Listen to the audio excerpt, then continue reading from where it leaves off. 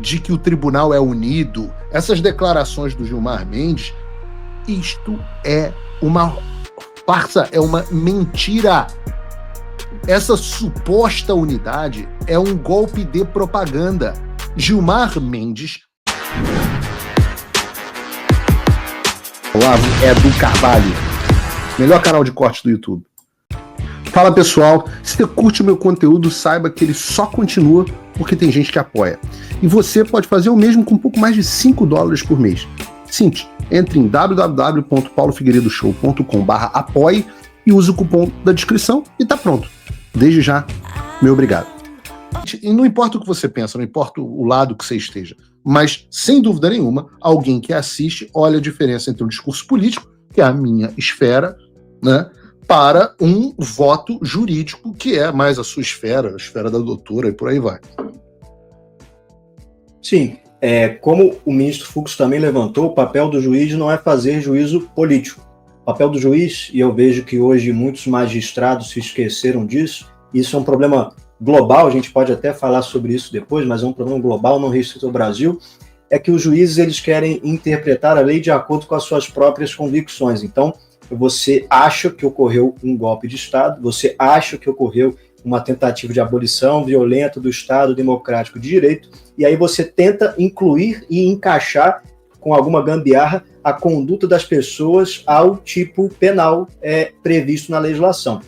Agora, o papel do juiz não é esse, o papel do juiz é ler a lei e aplicar a lei. Na doutrina americana, o máximo que você pode fazer, na doutrina do originalismo, não é buscar qual era o intento original daquela legislação. Nunca, jamais, em nenhuma circunstância, deve um juiz colocar as suas convicções pessoais, os seus achismos na legislação, porque assim o tribunal se torna um tribunal político e não uma corte constitucional. Inclusive, o ministro Fux abriu o voto dele falando sobre isso, né? O Supremo não pode ser uma corte política, há de ser uma corte constitucional.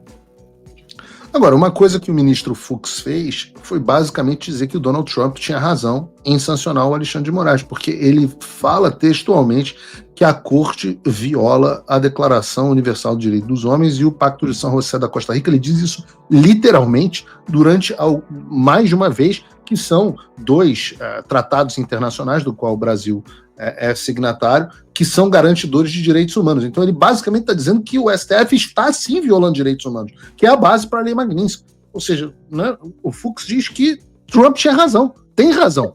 Sobre isso, inclusive, você pode analisar, no voto do ministro Fux, isso para mim ficou um pouco implícito e não tão explícito, talvez, mas ele fala, por exemplo, que houve uma clara violação do devido processo legal. O devido processo legal não é só uma garantia legal ou constitucional do ordenamento jurídico brasileiro. O direito ao devido processo legal está previsto na Declaração Universal de Direitos Humanos, de forma, então, que se algo está previsto na Carta da ONU que prevê o que é direito humano, e isso é violado, por conseguinte, evidentemente, você tem uma violação a direitos humanos. Então, sim, eu diria que o voto do ministro Fux fortalece bastante o fato, não é uma opinião, o fato de que há violações de direitos humanos ocorrendo nesse processo e em tantos outros. Agora, eu vi uma crítica que muita gente da imprensa fez, acho que a Mira Leitoa fez isso também, e várias outras jornalistas, eu achei interessante, não tive tempo de conversar com nenhum jurista para me explicar esse assunto, mas da ideia de que o Fux falou da incompetência do tribunal para julgar o presidente Bolsonaro, e a mim e a todos os outros que estão nesse inquérito fajuto do golpe, mas ele não teve a mesma posição em relação aos tantos casos do 8 de janeiro que ele julgou. Tem uma explicação para isso? Bom, de fato, o ministro Luiz Fux, e aí já entra na opinião, né, errou, na minha visão, em vários momentos. Um momento que eu tenho certeza absoluta que ele errou foi no caso do Daniel Silveira, que é quase que um caso inaugural da perseguição de maneira mais explícita, né?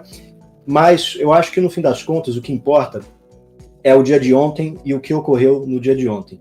Eu prefiro um ministro Fux que vota de maneira correta e vota baseado na lei, na Constituição, admitindo até eventualmente os erros que possa ter cometido, do que um ministro que prefere não rever as suas posições, não rever os seus votos. Então, eu não sei o que levou o ministro Fux a mudar de posição, e quando a gente fala mudar de posição, também um pouco relativo, porque sobre a questão do foro, ele nunca mudou de posição, né? Ele foi contra a mudança do entendimento. Mas falando sobre esses casos de maneira mais específica, como citei aqui o Daniel Silveira, e agora ele votando pela absolvição de quase todos os réus, a única coisa que eu tenho a pensar é que me deixa muito feliz e satisfeito, como diz a frase, né, da Idade Média, de saber que ainda existem juízes em Berlim, né, e na nossa interpretação brasileira, que ainda existe um juiz com apreço à lei e à Constituição em Brasília, ainda que eventualmente tenha cometido alguns erros no passado. Eu vou falar mais sobre o Fux, João. Agradeço aqui a tua presença, obrigado aí por traduzir para o público. A audiência te adora, as pessoas estão aqui falando João Gabriel Márcio. Em breve, no futuro próximo, teremos João Gabriel Show. Obrigado, João. Eu que agradeço o carinho de vocês aí na audiência, agradeço a oportunidade mais uma vez, Paulo. Obrigado. No final, o João Gabriel come a bola, né? O que eu achei mais impressionante, né? Eu tô aqui olhando o meu WhatsApp, então aqui Metrópolis e Globo e etc, todo mundo perguntando, não, agora depois do voto do Fux, o que vocês farão em Washington, etc. Eu falo, o voto do Fux não muda a postura de Washington. O Fux que está dando razão para Washington, não o contrário. Washington não vai mudar a sua posição por causa do voto do Fux. Então não há uma mudança nessa direção. A mudança principal que acontece no Brasil. Porque a forma que o ministro Fux conduziu o seu voto, ela não pode ser, houve quem disse, né, até em relação ao que o João Gabriel está dizendo, o ministro Fux não fez o seu voto dessa forma porque ele estava com medo de ser sancionado. Ora, eu acho que todos devem ter medo de ser sancionado, mas é óbvio que eu antecipei a postura do ministro Fux, é óbvio que o ministro Fux não foi sancionado juntamente com 8 dos seus colegas, porque já se sabia que ele tinha uma posição distinta. E não o inverso. Ora, senão ele teria sido sancionado naquele momento. Mas ele já vinha demonstrando o desconforto dentro do tribunal. E o que o ministro Fux, no final das contas, fez foi muito além do que qualquer pessoa deveria ter feito. Então há uma confusão entre causa e efeito. Não, a causa do voto do ministro Fux não foi o medo dele ter sido sancionado. Ele não foi sancionado porque tem uma divergência de visão que nós já conhecíamos diante dos seus colegas no tribunal. E por isso que ele foi muito além. Caso ele simplesmente tivesse medo de ser sancionado, ele podia ter dado um voto curto pela não condenação do presidente Bolsonaro, se isentava. Mas ele foi muito além. Ministro Fux foi ao ponto de ir item a item para destruir completamente anos de trabalho do Alexandre de Moraes com a grande mídia. Não há hoje mais uma pessoa que possa, de cabeça erguida, defender a tese do Alexandre de Moraes. Não sobrou mais nada. Não sobrou mais nada. E eu estou acompanhando aqui o voto da Carmen Lúcia, aqui meio que transversalmente, e é triste ver que ela está utilizando os advogados dos réus, inclusive do presidente Bolsonaro, mas os advogados do réu, para legitimar o processo. Tá vendo? Esse processo foi tão legítimo que os advogados fizeram um ótimo trabalho. Que era exatamente o que o tribunal queria que os advogados fizessem. Legitimassem a sua farsa. E o ministro Fux acabou com isso. Acabou com um voto tão técnico e tão pouco militante que desestabilizou o Tribunal Federal. Porque essa ideia de que o tribunal é unido, essas declarações do Gilmar Mendes, isto é uma farsa, é uma mentira. Essa suposta unidade é um golpe de propaganda. Gilmar Mendes, enquanto fala para todos que no tribunal, não sei o que, inclusive parece que estava na plateia, agora acompanhando o julgamento, fica lá fazendo encontros de bastidores negociando outro tipo de coisa. Já foi pego nessa história, não sou eu que estou dizendo, não estou nem cometendo nenhuma inconfidência aqui, porque isso se tornou público. E eu digo que há outros ministros descontentes com a postura do Alexandre de Moraes, que para fora, para manter uma suposta unidade institucional, declaram uma coisa, mas para dentro fazem outra. E nós sabemos quem eles são. E é por isso que nós podemos antecipar o voto do ministro Fux, que não estava contente com os rumos políticos que o tribunal estava tomando. E na segunda turma há mais pessoas. E às vezes dá a impressão de... Fala pessoal, tá gostando desse vídeo? Não esqueça de deixar o seu like e se inscrever no canal Olavo Edu Carvalho para receber notícias quentíssimas todos os dias. Isso ajuda demais o nosso trabalho e o YouTube irá recomendar para mais pessoas. Que nem eles sabem quem é quem, porque teve muita gente surpresa com o voto do Fux na imprensa, de forma impressionante, sem acreditar no que estava vendo. Mas você, no Paulo Figueiredo Show, já sabia. Vejam, na terça-feira antes do julgamento, terça-feira, um dia antes do voto do Fux, vejam o que eu disse no programa. Uma surpresa até agora nesse julgamento.